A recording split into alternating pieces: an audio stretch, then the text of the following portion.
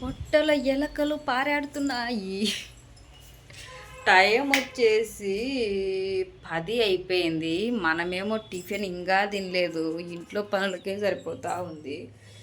ఏందో friends, health బాగాలేనట్టు అనిపించింది. అసలు హెల్త్ ఎందుకు బాగాలేదో నాకైతే అస్సలు అర్థం కాలేదు.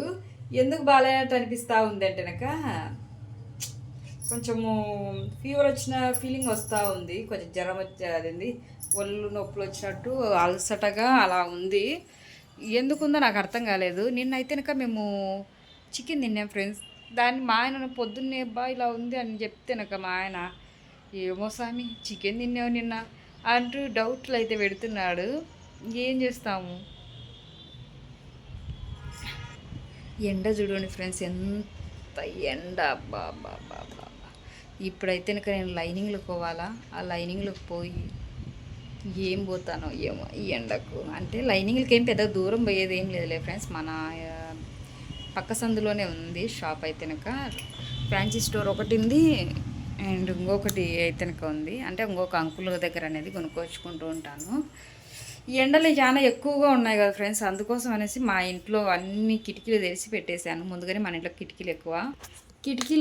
ఇంకొకటి ఏంటంటే ఎవరు ఎక్కడ కొట్లాడుతున్నది అన్ని విషయాలు అన్ని వినపడుతూ ఉంటాయి. ఎవరు ఏడ కొట్లాడుతున్నారు, ఏం కథ, ఎట్టెట్ట అనేది మొత్తం అనేది అంటే వినిపిస్తూ ఉంటాయి అన్నీ మనకు.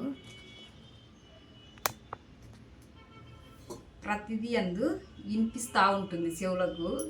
కిటికీలు చాలా ఎక్కువ మన ఇంట్లో. ఇంకా బయట ఉన్నట్టే ఉంటుందండి. మన ఇల్లు అంటే మన ఇల్లు కాదులేండి, రెంట్కున్నాం మేము. కానీ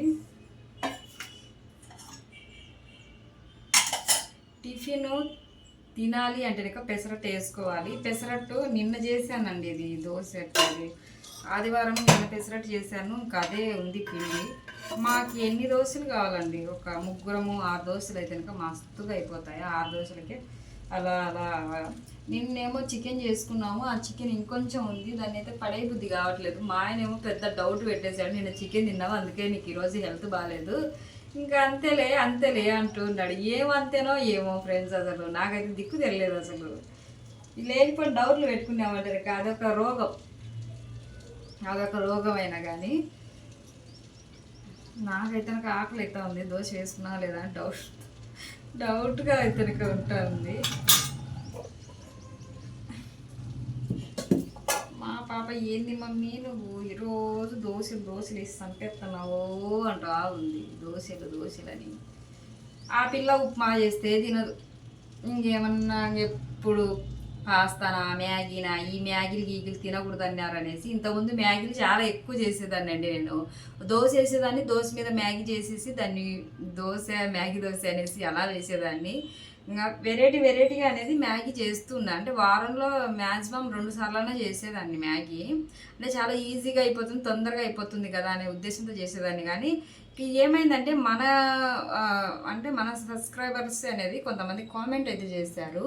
అంటే ఈ ఛానల్లో అయితే కాదండి, నాకు ఒకటి మధుబాల ఛానల్ అని నా పేరు మీద ఉందని చెప్పాను కదండి, మధుబాల బ్లాగ్స్ అనేసి. ఆ ఛానల్లో పెట్టేదాన్ని ఇంతకుముందు. ఫస్ట్లో ఈ ఛానల్ స్టార్ట్ చేయని తొలగిలేండి పెట్టేదాన్ని. దాంట్లో